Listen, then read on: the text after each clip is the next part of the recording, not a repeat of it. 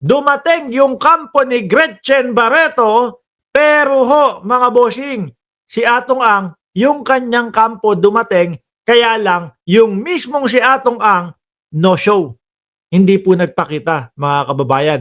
Pakinggan, panoorin, at i-update po namin kayo tungkol po dito sa mga missing sa Bungero. Naghain ng kontra sa laysay si Gretchen Barreto kaugnay ng kinakaharap ng mga reklamo sa kaso ng mga nawawalang sa Bungero. At dumating din ang kampo ni Atong Ang sa preliminary investigation pero walang inihain na kontra sa laysay. Saksi, si Salima Refran. Ulit niya, ulit. May tinignan kasi ako doon eh. Oh. Laysay si Gretchen Barreto kaugnay ng kinakaharap ng mga reklamo sa kaso ng mga nawawalang sa Bungero. At dumating din ang kampo ni Atong Ang sa preliminary investigation pero walang inihain na kontra sa laysay. Sorry, walang hiniain na kontra sa laysay. Akala ko kasi si Atong Ang hindi sumipot. O, nandoon yung buong kampo ni Atong Ang. Pero walang hinain na kontra sa laysay. Pasensya na po, fake news yung umpisa. O, game! Saksi, si Salima Refran. Kami naman yan. Kapal naman yan. Oh. Sa unang araw ng preliminary investigation sa mga reklamo kaugnay ng mga nawawalang sa Bungero sa Department of Justice, humarap ang isa sa mga respondent, ang aktres na si Gretchen Barreto. Yan, si Gretchen Barreto. Ang puti, ano? Sa lahat ng respondent, siya lang ang bukod-tanging naghain ng kontra sa laysay. Accusations against Ms. Barreto stands on nothing. And if you look at the complaint affidavit, it's actually recognized, the accusations against her are actually recognized as allegations, unsubstantiated, unproven. We believe that if justice is to be followed, the complaints against Ms. Barreto should be dismissed. Matatandaan po natin mga kababayan, nung panahon na puro si Patidongan ang nagsasalita ho, ang sinasabi niya nga, kasama daw po si Gretchen Barreto doon po sa, ano ba tawag doon? Alpha Group? No? Sa Alpha Group ni Atong Ang, mga bossing. No? At sabi nga po, kung ibabalik lang natin para maliwanagan po nung iba. Sabi nga po mga kababayan, isa si Gretchen Barreto doon sa nagdesisyon, no? Di umano na yung mga nagchochope ay tatapusin daw ho, mga bossing. Alam nyo na kung ano ibig sabihin ng tatapusin. At siguro, panigurado ako, dito sa salaysay na, na ipapasa nila, magdadahilan or kokontrahin nila yung mismong sinabi ni Patidongan. Matipid naman sumagot si Barreto. Do you think this investigation will be fair? I promise. Personal ring humarap si dating NCRPO Chief, retired Police Lieutenant General Jonel Estomo sa panel of prosecutors pero hindi pa nagsumite ng kontra sa laysay. What do you want to say about this po? Ano po ang gagawin niyo po ngayon dito, sir? No comment po. Wala ang negosyanteng si Atong Wala nga, tama nga ako kasi tama nga ako, wala si Atong Ang. Ang, pero kinatawan siya ng kanyang Nandoon lang yung kanyang legal team. mga abogado. Sandali. Akala ko ba si Attorney Lorna Kapunan tinalikuran na si Atong Ang kasi nga mas popokus si Attorney Lorna Kapunan doon po sa impeachment ni Inday Sara Duterte or dahil siguro yung impeachment ni Vice Presidente ay naka-archive na siguro sige balikan ko na to, no? Kaya nandiyan si Attorney Lorna Kapunan, mga bossing. Hindi pa raw sila makakapagsumite ng kontra sa laysay dahil kulang-kulang raw ang mga ebidensya at dokumentong pinadala sa kanila. Yung pinadala sa aming 7 folder, dapat may nakasama na 7 USB.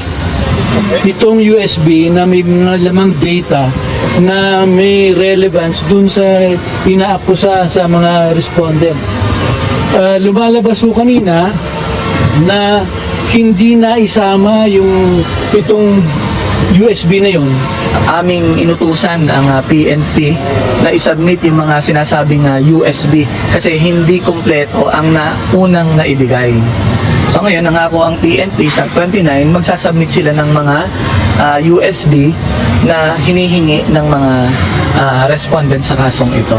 Naharap sina Ang, Barreto at 60 iba pa sa patong-patong na mga reklamong multiple murder, kidnapping with serious illegal detention at iba pa para sa 7 insidente ng pagkawala na mahigit 30 sabongero mula 2021. Ano, ang gusto kong marinig mga kababayan, yung mismong paghahanap doon sa Taal Lake, kung ano na nangyari. Kung meron pa silang mga follow-up, yun, gusto kong marinig yun.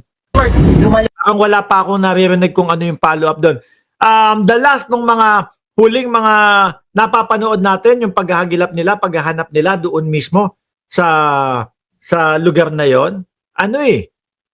Paano ba?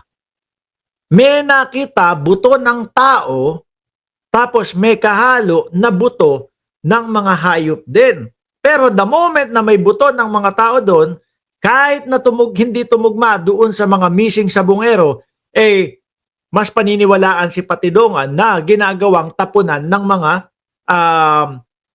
pinapatay yung mismo. Sabi ni Emil Sobrevilla, style mo yan, ha? Replay na naman, naabutan ko. Kaya alam ko na mga style nyo eh. Kunyari, replay ba to? Tapos para ma-shoutout kayo, email. Sobrevilla, hindi kita isa-shoutout. Bahala ka dyan. Tuloy. Rin sa pagdinig ang mga whistleblower na si Julie Dondon Patidongan at kapatid na si Ella Kim. Pinanumpaan nila sa harap ng mga piskal ang kanilang mga salaysay. Nagsumite naman ng notaryadong affidavit ang isa pa nilang kapatid na si Jose na nasa pangangalaga ng Bureau of Corrections. Nanumpa rin ng kanilang salaysay ang mga kaanat na mga nawawala.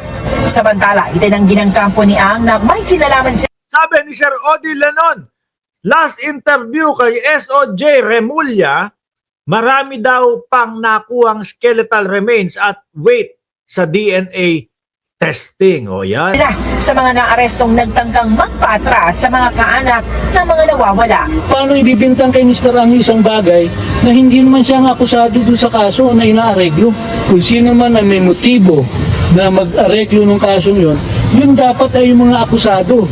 Walang iba yun kung hindi si Julie Patidongan. Ang tinutukoy nila ang gumugulong ng kaso ng kidnapping with serious illegal detention sa Manila RTC kung saan akusado si Patidongan. Nag-atrasan na ang mga pamilya ng mga nawawala sa naturang kaso. That is very impossible na yung kliyente ko yung magbabribe ng kaso na yun. Like, alam naman natin na hindi talaga siya yung mastermind doon. Nagbabribe. No, sabi, bro, Odi Lenon, maya pa, lagyan nyo po yung name tag po. Salamat po. In fact, inabogaduhan siya sa kaso ngayon ng lawyers coming from Mr. Charlie Atong Ang.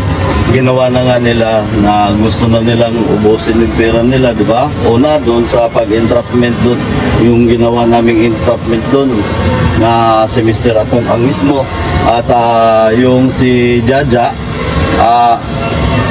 sa totoo lang, yung tatay ni Inunog, si Butch Inunog, walang konsensya. Biruin mo, anak niya na mismo, mahirap magsalita. Talagang pera po pinapalakad nila para maabsuelto yung mga nagawa nilang krimen. Kung ako ho, mga kababayan, isa ako doon sa kaanak, parang ang hirap gastusin, no? Kung sakali man tatanggap ka ng pera. Tapos eto, meron ka mga naririnig na may pag-asa na mahagilap yung mga gumawa nun sa kaanak mo. Ang hirap tanggapin ng pera na yun, ano? Hindi mo magagastos. Siguro kung tatanggapin ko, naku, imposible. Or, kung tatanggapin ko yun, talagang panigurado na iaalay ko lang doon sa anak ko. Doon sa anak nung missing sabongero. Para kahit papaano, buhay ang naging kapalit. Kung wala na talaga, may magandang kapupuntahan. Baka kahit nanonood yung missing sabongero na yun, masaya. Siyempre, yan naman po ang tayo mga magulang eh. Yan ang gustong-gusto natin eh. Yung tipo bang malalagay sa magandang posisyon yung ating mga kaanak at yung ating mahal sa buhay. Pero hindi ko kayang tanggapin yon. Ma'am Marites Musni, shoutout po sa inyo at Marinjo. O game,